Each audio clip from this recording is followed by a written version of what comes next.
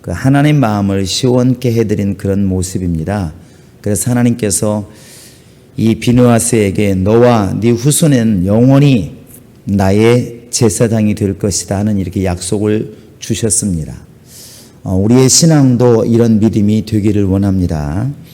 가끔은 이렇게 야구라든지 축구 같은 경우에서도 선수들마다 이름도 있지만 또 클럽의 이름이 있지만 보면 번호라는 게 있습니다. 9번 타자, 9번, 10번, 메시 이런 식으로. 그런데 그 선수가 은퇴했을 때 또 아니면 어떤 일로 해서 떠나게 됐을 때에 그 번호를 다시는 뒤에 오는 사람에게 안 주는 경우가 있습니다. 그게 이제 영구 결번 이렇게 얘기를 합니다.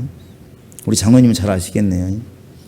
영구 결번이라는 것이 야구로 이야기한다면 9번 선수가 이 클럽 안에서 굉장히 많은 유익을 끼쳐서 승리하는 데 많은 기여를 했다. 10년, 20년 동안 큰일 했다 했을 때 우리가 두고두고 기리고 존중하자 했을 때 그 9번이라는 이 번호를 안 주는 겁니다. 그냥 비워두는 거죠. 원래는 9번 선수가 은퇴하게 되면 들어오는 사람이 또 9번을 얻을 수가 있는 건데 9번이라는 번호를 다시는 누구에게도 주지 않는 겁니다. 그 구단 안에서는 이게 이제 영구결번이란 말을 써요.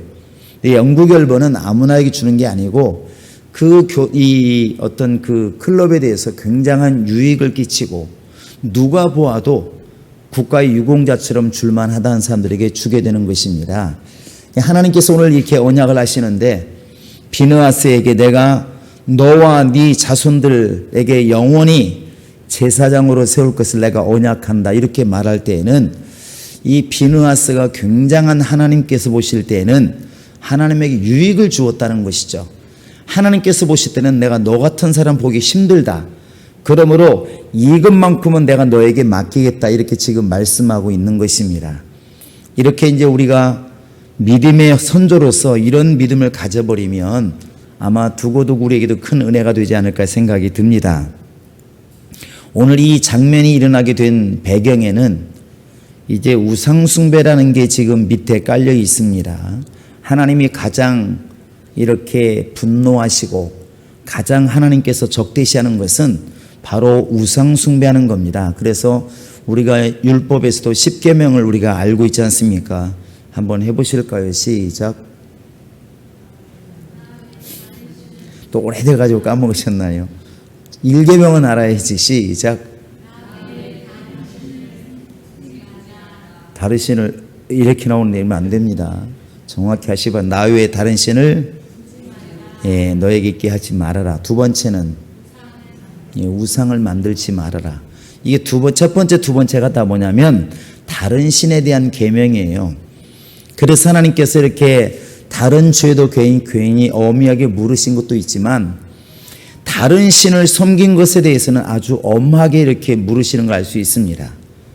그래서 오늘 사건과 보면은 이 아론이 금송아지 만들어 놓고 버린 사건도 비슷한데 거기에서도 3,000명이 죽게 되고 오늘 또 이제 24,000명이 죽었다고 되어 있는데 이렇게 많은 사람들을 죽여도 하나님께서 시원하게 생각하지 않을 만큼 심각하게 여기는 것이 이방신인 것이고 호세아스를 읽어보시면 알겠지만 그 호세아스 부인이 바로 고멜인데 고멜이 사람으로서는 굉장히 음탕하죠. 애를 낳고 다른 남자 만나고 또 애 낳고 다른 남자 만나고 근데 하나님께서 말씀하시기를 야 너에게 그런 마누라가 있다면 너 그 여자를 받겠느냐 너에게 그런 며느리가 들어온다면 너 받겠느냐 이렇게 묻고 있습니다.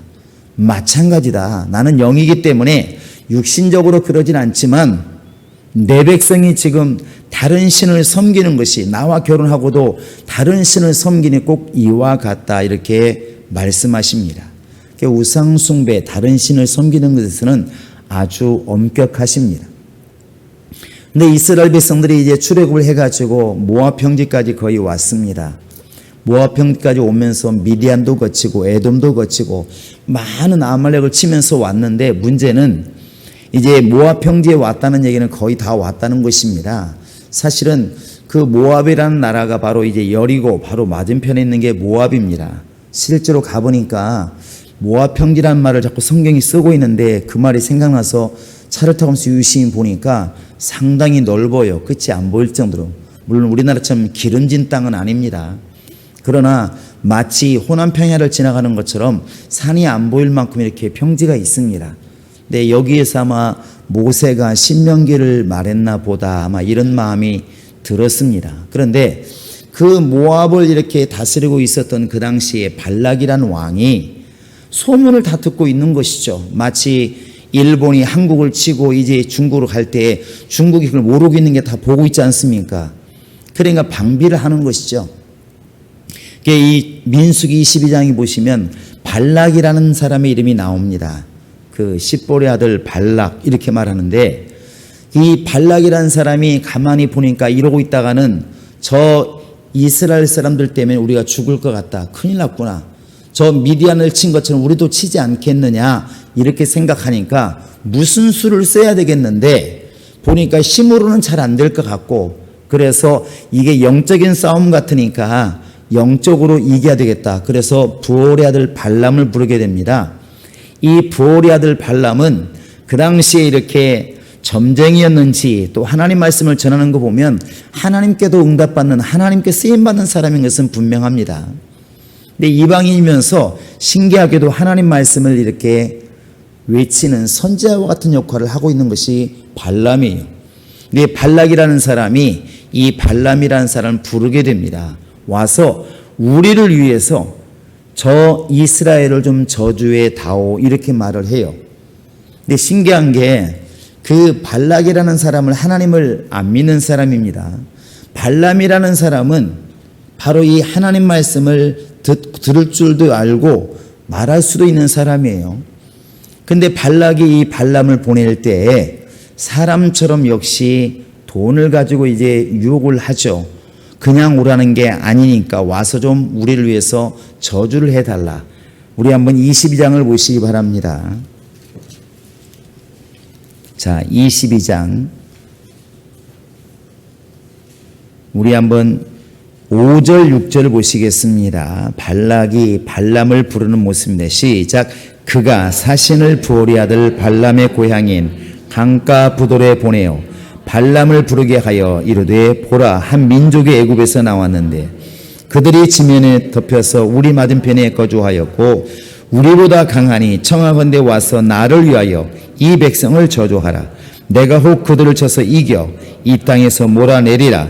그대가 복을 비는 자는 복을 받고 저주하는 자는 저주를 받을 줄을 내가 알미라. 발람이라는 사람을 잘 알기는 아는데 그걸 갖다가 제대로 자기를 하나님을 믿지는 않습니다. 그래서 이제 사신을 보내게 됩니다. 우리 7절만 읽습니다. 시작. 모압 장로들과 미디안 장로들이 손에 복제를 가지고 떠나 발람에게 이르러 발락의 말을 그에게 전하매. 뭘 가지고? 난 복제가 우리나라만 있는 줄 알았더니 여기도 복제가 있습니다. 그래 이걸 보면은 발락이라는 사람이 발람이라는 사람을 생각할 때 뭘로 생각했다? 신령한 점장이 이렇게 생각을 하는 겁니다. 오늘날 우리도 마찬가지죠. 너는 복채가 그렇게 비싼지 몰랐는데 몇 천만 원짜리도 있다면서요. 사람마다 다른 모양인데 거기도. 그래서 뭐 500만 원짜리 굿, 무슨 뭐 3천만 원짜리 굿, 가끔 이렇게 TV에 나오는 거 보면 그 굿을 해야 당신들의 집안에 애군이 물러간다 이렇게 말을 하니까 안 할 수도 없고 할 수도 없고 돈 있는 사람은 하게 되는 것이죠.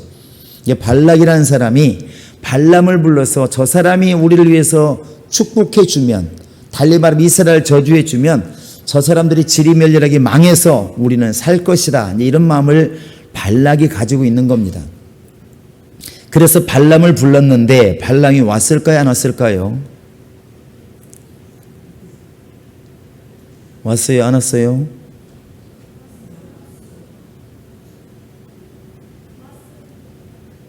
이게 불안하네.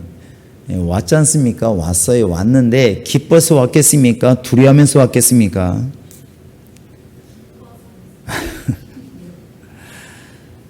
찜찜하게 찜찜하게 이 말이 맞긴 찜찜하게 여러분도 답이 지금 찜찜하게 답을 안 하는 것 같은데 찜찜하게 온 거예요. 왜? 발람이라는 사람은 양쪽을 다 보고 있는 겁니다. 이게 좋은 쪽으로 쓰여야 되는데 나쁜 쪽으로 쓰인 것 뿐이지 발람은 하나님 말씀을 들을 줄 안다니까 그러네요. 한번 보실까요? 자, 24장을 보시기 바랍니다. 24장, 자, 보시겠습니다. 25절, 26절을 읽습니다. 시작. 발락이 발람에게 이르되, 23장 25절, 시작. 발락이 발람에게 이르되 그들을 저주하지도 말고 축복하지도 말라. 발람이 발락에게 대답하여 이르되 내가 당신에게 말하여 이르기를 여호와께서 말씀하신 것은 내가 그대로 하지 않을 수 없다고 하지 않아야 되니까. 누가 누구한테 하는 말입니까? 발람이 발락에게 하는 말이에요. 당신 아무리 나에게 돈을 주어도 내게 하나님 하신 말씀이 있으니까 그 말씀대로 안 할 수가 없습니다. 이렇게 말합니다. 자, 24장 1절을 읽어보십니다.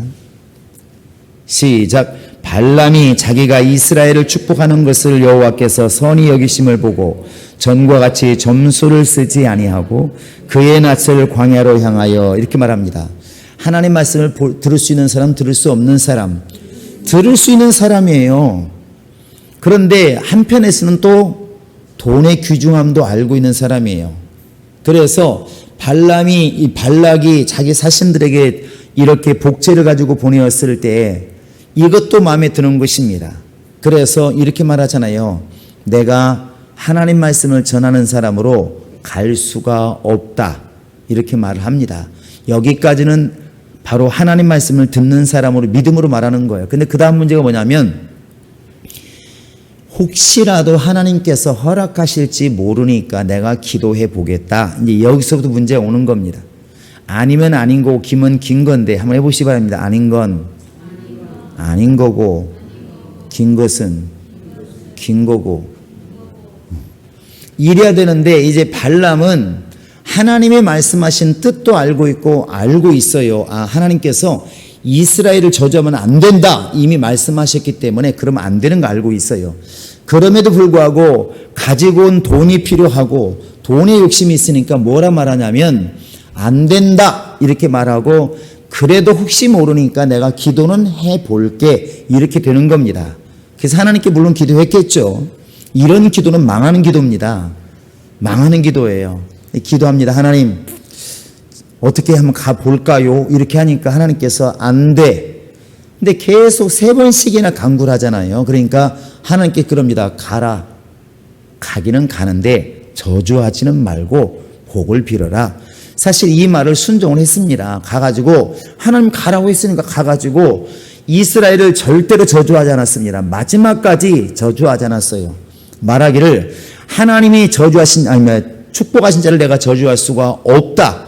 이게 바로 발람이 말한 것이면 실제로 그렇게 말을 했어요. 발람은 잘못한 게 없는 것처럼 보여요. 그런데 발람은 뭘 가지고 있냐면 물질에 대한 욕심을 가지고 있는 것입니다. 이게 안 보이는 거예요. 그래서 발람의 어그러진 길이라는 말을 이제 신약에서는 쓰게 되는 것입니다. 어그러진 길. 여러분, 말이 바르다고 행동이 바른 것은 아닙니다. 사기꾼들도 다 누구를 위한다고 말합니까? 야, 너 나 돈 투자해봐. 나를 위해, 너를 위해서. 너 1억만 투자하면 내가 10억 만들어줄 수가 있어. 이 말을 믿는 것도 웃기지만 이 사람들 말은 절대로 네 돈 뺏어갈 거야 이렇게 말하지 않는 거예요. 사실은 그 돈을 뺏고 싶은 욕심이 있는데 절대로 말하지 않아요. 어떻게 하면 듣기 좋게 이 사람이 믿을 만큼 당신을 위한 것이라고 말을 합니다. 저게 땅이 있는데 야 1억짜리 사놓으면 그게 금방 20억 될 수가 있어. 이렇게 말하면 사람들이 진짜 같아. 생각해보면 그렇게 좋은 땅을 왜 자기 형제에게 말하지 않냐고, 그렇게 좋은 곳을 왜 자기 친구들에게 말하지 않고 나한테 말을 하냐고, 뭔가 속임수가 있는 것인데 사람들에게는 마음을 드러내지 않습니다. 발람도 마찬가지예요. 발람은 돌아갈 때까지도 입술로 이스라엘 백성들을 저주하지는 않았습니다. 나중에는 발락이 막 성질을 내죠. 왜냐하면 원래 뜻이 어긋났으니까. 우리 한번 24장을 보시기 바랍니다. 자, 10절을 한번 읽어보십니다. 얼마나 발락이 성질을 나는지. 시작. 발락이 발람에게 노하여 손뼉을 치며 말하되 내가 그대를 부른 것은 내 원수를 저주하라는 것이오늘 그대가 이같이 3번 그들을 축복하였도다. 이거 지금 발락이 얘기하는 겁니다. 그럼 발람이 그동안 3번 가가지고 저주했다는 것입니까? 축복했다는 것입니까? 축복했다는 거예요. 그러면 그 발람을 데려온 나는 뭐가 되느냐는 것이죠. 원래는 저주를 저주하라고 데려왔더니 기껏 축복해버리면 뭐가 되겠느냐, 이렇게 지금 말하는 걸 보면 발람이 축복한 것은 분명히 맞습니다. 사실은 말은 참 곱게 해요. 그 뒤에 발람이 말하는 건 12절 한번 13절 보시겠습니다. 24장 12절 13절 시작. 발람이 발락에게 이르되 당신이 내게 보낸 사신들에게 내가 말하여 이르지 아니하였나이까. 가령 발락이 그 집에 가득한 은금을 내게 줄지라도 나는 여호와의 말씀을 어기고 선악간에 내 마음대로 행하지 못하고 여호와께서 말씀하신 대로 말하리라 하지 아니하였나이까. 말이 이뻐요, 안 이뻐요? 말은 이쁜 거라니까 그러네요. 당신이 온 집에, 우리 집에 금을 가득 채워준다 할지라도 나는 하나님 말씀을 하겠다 안 하겠다? 하겠다. 저주하겠다 안 하겠다? 난 못한다 이겁니다. 믿음이 얼마나 좋은지 몰라요. 그런데 왜 하나님께서 반드시 발람을 죽이라고 말을 했을까? 문제는 바로 이제 그 다음에 뒤에서 일어나는 겁니다.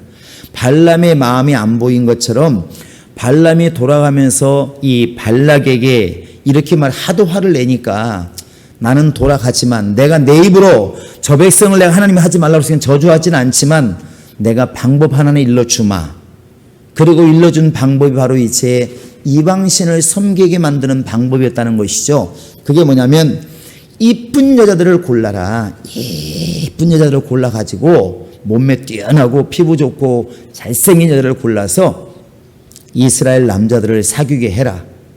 그리고 그들을 잔치에 청해서 너희들이 섬기는 신에게 제사한 음식을 먹게 만들면 내가 지금 너희가 이루려고 하는 그것을 이룰 거야. 하나님께서는 이방을 신을 섬기는 걸 자양 싫어하기 때문에 반드시 이 백성을 징계할 것이고 버릴 것이고 저주할 것이니까 그렇게 해라. 이렇게 이제 꾀를 일러주고 자기 길을 갔다고 그럽니다. 발락이 어떻게 했겠습니까? 그대로 한 겁니다. 그래서 25장 한번 1절을 보시기 바랍니다. 1절, 2절, 3절입니다.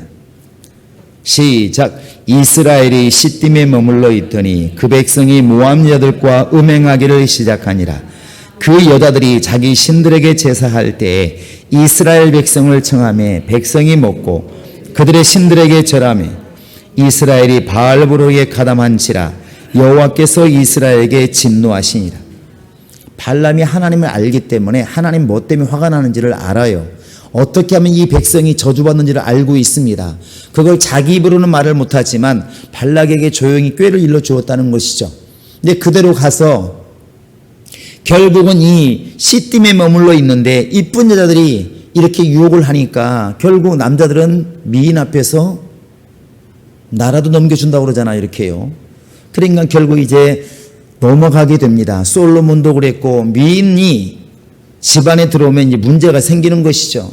그래서 그들과 어울리다 보니까 애인 삼고 마누라 삼다 보니까 그들이 섬기는 신들에게 제사한 음식을 같이 먹더라는 것입니다. 발람이 일러준 것처럼 결국 하나님은 이들에게 진노하시는 겁니다. 3절 한번 다시 한번 읽어보십니다. 시작.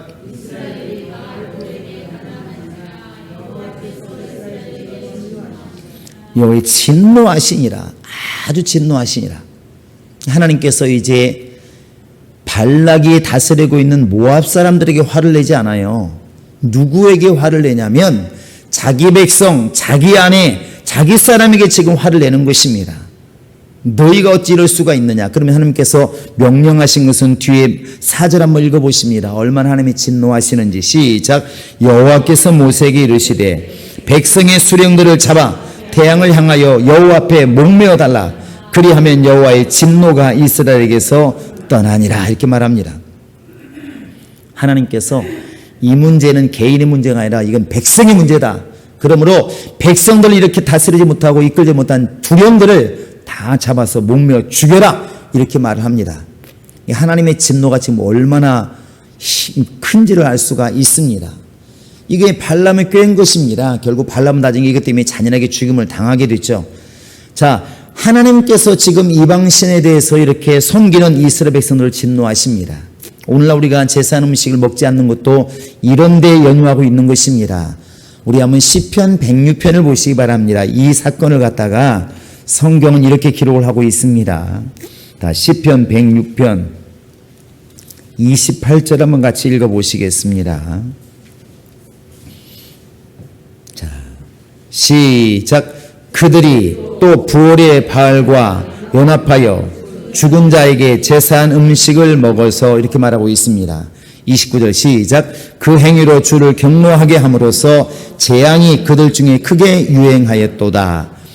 발람의 아버지가 누구죠? 부올입니다. 부올의 아들 발람이라고 그러잖아요. 그 부올의 바알과 연합해서 누가 먹었냐면 이스라엘 백성들이 바로 이제 이방신에게 제사한 음식을 먹어서 하나님을 진노케 함으로 그 모든 질병이 바로 그들에게 임하였다, 이렇게 말을 합니다. 그러니까 이 사건이 물론 발람의 꾀에서 넘어간 이스라엘의 문제지만 이 문제 때문에 하나님은 아주 경노했다는 것입니다. 경노란 말 아시지 않습니까?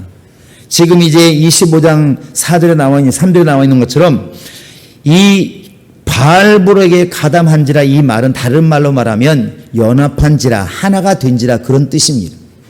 우리가 이방신에게 절을 하고 이방신에게 제사한 음식을 먹는 것은 하나님께서 보실 때는 그 신과 하나가 되고 그 신과 연합한 것으로 여긴다는 것입니다. 이것을 이해하기 위해서는 우리가 성만찬을 생각하시면 될 것 같아요. 우리가 성찬떡을 먹을 때 뭐라 말합니까? 이것은 예수라고 하는 몸이라고 말을 해요. 한 떡을 먹고 마시는 겁니다. 그래서 떡을 떼어준다고 말을 하지 떨어진 떡을 먹는다고 말하지 않잖아요. 떡을 떼어서 주시니라. 그냥 한 떡을 주는 겁니다. 그러니까 이 떡에 참여하는 사람은 누구다? 곧 예수의 몸이라는 것을 나타내고 있는 것이 성찬식이에요. 그런 신기하게도 이방신을 섬기는 것도 똑같다는 것입니다. 혹시 우리 어르신들은 제사를 드려보신 적이 있나요? 괜찮습니다. 용서 다 합니다. 제사 드려보셨나요? 제사 끝나고 나면, 물론 여성들은 밖에 있으니까 잘 모르실지 모르겠지만 남자들은 제사 끝난 다음에 반드시 하는 게 있어요. 순서가 뭐예요? 예, 음복이라. 음복, 복을 마신다, 이런 뜻인데 독이 아닙니다. 발음 잘 들으시기 바랍니다. 복을 먹는다는 복, 조상들이 내린 복을 먹는다고 해서 음복하는데, 그 음복이 뭐냐면 그 이렇게 제사하면서 드린 그 술과 이런 걸 나눠 먹는 거예요. 그래서 형도 먹고 동생도 먹고 우리가 이 조상 안에서 하나다. 지금 신을 섬기고 있는 이 제사를 통해서 섬기고 있는 이 신 안에서 우리는 하나다. 이게 바로 음복입니다. 그런데 지금 시딤에 있는 그 볼의 바알볼에게 이스라엘 백성들이 절을 직접 안 했다 할지라도 그 여자들이 제사하고 나온 그 음식을 함께 나눠 먹는다는 이야기는 하나님께서 보실 때 너도 똑같은 놈이다, 이렇게 본다는 것입니다. 하나님이 진노하시는 거예요. 진노하시는 거예요. 여러분, 대한민국 사람이 우리나라의 적인 북한의 장학금을 받으면 어떻게 되겠습니까? 주사파 나오는데 그러면 당장 나라에서 가만히 있지 않잖아요. 또 대한민국 사람이 아무리 어려워도 북한에서 만약 사업 자금을 받았다고 그러면 잘해서 받은 건 잘한 거야, 이렇게 합니까? 아니면 감옥에 가둡니까? 감옥에 가두게 됩니다. 왜냐하면 안 된다는 것이죠. 그건 사람끼리도 마찬가지잖아요. 사람이 막 철천지 원수의 옆집에 살고 있습니다. 로미오와 줄리의 가족처럼 철천지 원수가 있는데 하필 배고프다고 어디 가서 얻어먹어요? 그 집 가서 얻어먹어. 그러면 부모들 어떻게 해요? 잘했다, 한 끼 전략했구나, 이럽니까?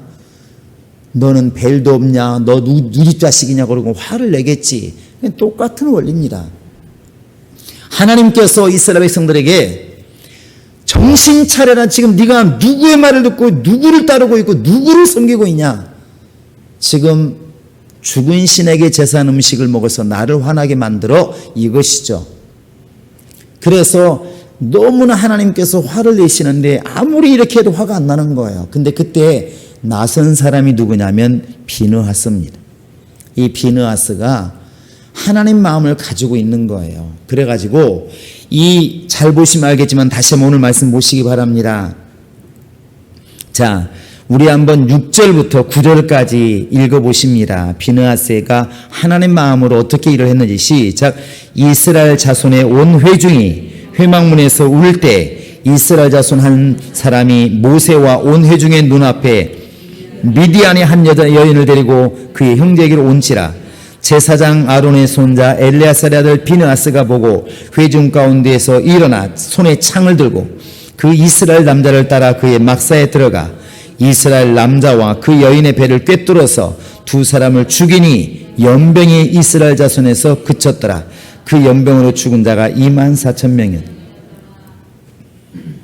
아마 이 사람은 그랬을지 모릅니다. 이게 무슨 크게 큰 죄냐고.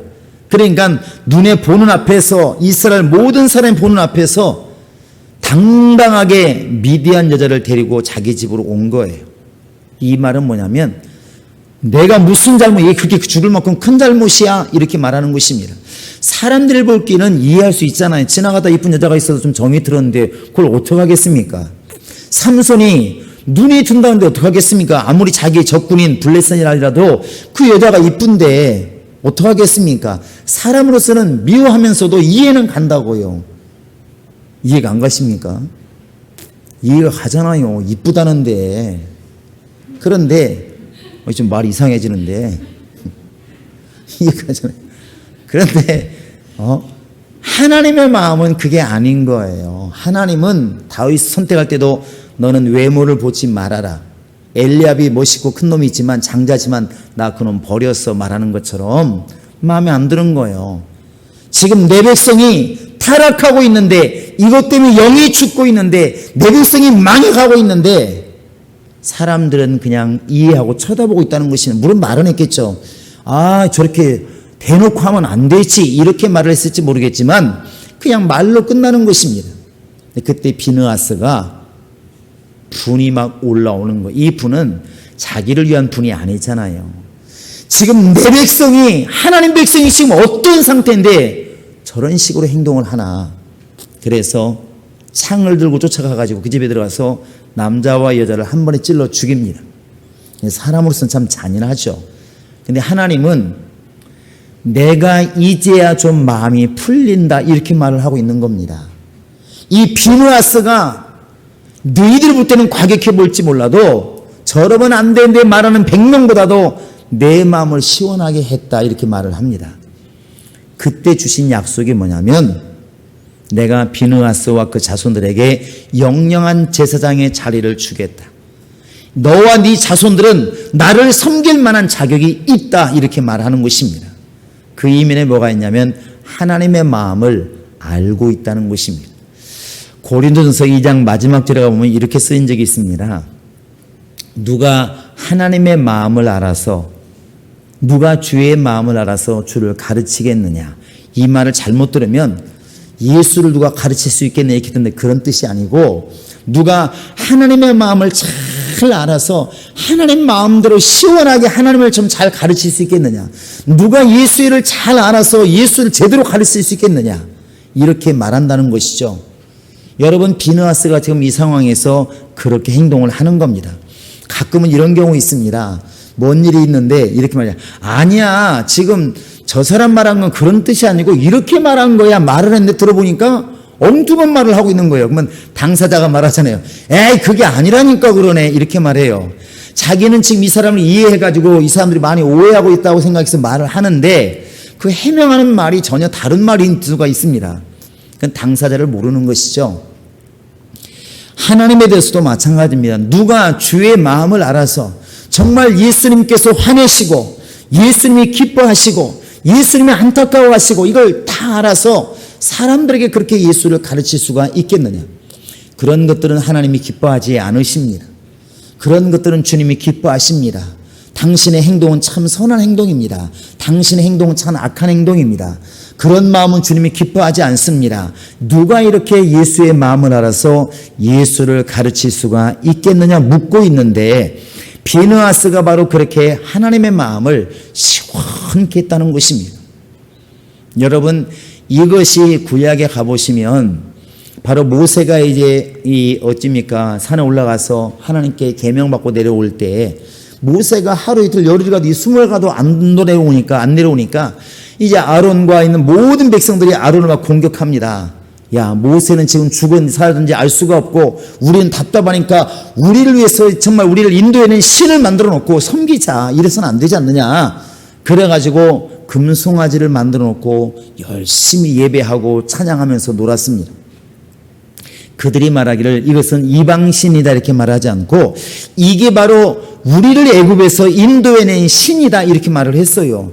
신앙심 하나는 좋은 겁니다. 대상이 잘못된 것이죠. 모세가 내려와서 이걸 보고 너무나 통탄해서 아예 이 돌판을 깨버리지 않습니까? 말씀을 받을 만한 자격도 없는 백성이다. 깨버립니다. 그러고 나서 레위 지파를 부릅니다. 너희는 양쪽에 칼을 차라. 그리고 무조건 지나가면서 죽여라. 죽이는데 누구를 죽이느냐? 형제를 죽이고 가족을 죽이고 친구를 죽여라 이렇게 말을 해요. 너무 무섭잖아요. 그런데 그게 바로 하나님 아버지의 마음이었다는 것입니다. 그걸 갖다 나중에 뭐라 말하냐면 바로 헌신하였느니라 이렇게 말을 해요. 무슨 동족을 죽인 게, 형제를 죽인 게, 거치는 내 친구들을 죽인 게 무슨 헌신이겠습니까? 그걸 인간의 입장으로 설명하면 도무지 해명이 안 되는 부분인데 하나님의 눈으로 보면 하나님은 지금 그 일에 대해서 그만큼 분노하고 있다는 것입니다. 이 백성을 다 쓸어버린다 할지라도 하나님은 후회하지 않을 만큼 지금 분노하고 있다는 거예요. 그 마음을 누가 아냐면 바로 모세가 알기 때문에 레위 지파를 시켜서 바로 이제 그 많은 한 3,000명 되는 사람을 죽게 만드는 것입니다. 여러분 이것을 갖다가 참 하나님이 잔인하신 하나님이시다. 우리 하나님은 참 용서가 안 나는 무서운 하나님이시다. 이렇게만 접근할 것인가? 안 아니면 하나님의 마음을 그래도 알아주는 사람이 있었구나. 하나님 마음을 이해하는 자가 있었구나. 바로 모세와 같이 비느하스처럼 그렇게 이해할 것인가? 하나님의 마음을 아는 자가 그게 신앙인입니다. 바로 하나님은 이 비느하스가 바로 그렇게 그 미디안 여자를 데리고 온 사람을 강하게 죽였을 때에 내 마음을 시원케 하는 사람, 그래서 그 순간 재앙이 끝나고 바로 이 비느하스에게는 너와 네 자손들은 영원한 내가 제사장 언약을 준다 이렇게 약속을 하고 있다는 사실입니다. 오늘 우리가 이렇게 세상을 바라볼 때에는 바로 인간의 정과 인간의 상식은 기본적으로 가지고 있습니다. 그런데 그런 눈으로 보게 되다 보면 하나님이 분노하심에도 불구하고 우리는 분노가 안 일어날 수가 있습니다. 사람이기 때문에. 그러나 우리가 하나님 마음을 이해한다면, 비느하심 하나님 마음을 가지게 된다면 사람들은 이해하지 못하는 분노가 있을 수가 있습니다. 그건 주님이 가지고 있는 분노라는 것이죠. 이게 바로 신앙이 아닌가 생각이 듭니다. 개인적으로는 어떤 어려움이 닥쳐도 우리가 이렇게 참을 수 있는 것이 신앙인이라면 자기에게는 아무 불편한 게 없고 손해가 없을지라도 하나님께서 분노하신 일이라면 분연히 들고 일어날 수 있는 용기가 바로 그게 비느하스의 용기가 아닌가 생각이 들고 모세의 용기가 아닌가 생각이 듭니다. 우리 성도들은 개인적으로 이렇게 분노하고 화를 못 참고 이런 것들을 우리가 자제를 해야 되겠지만 하나님의 이름이나 하나님의 영광이나 하나님의 일에 대해서 하나님을 분노하게 만드는 일에 대해서는 우리 스스로가 같은 마음을 가지고 분노하지 않으면 주님께 우리가 쓰임받기가 어렵습니다. 이 비느하스와 모든 자손들이 이렇게 제사장의 언약을 받을 수가 있었던 것은 하나님의 마음을 이해하는 것과 하나님 마음을 가지는 것과 하나님 마음을 시원케 하는 용기가 있었다는 것입니다. 우리 성도들이 이런 믿음과 이런 태도를 가지고 세상에서 이길 수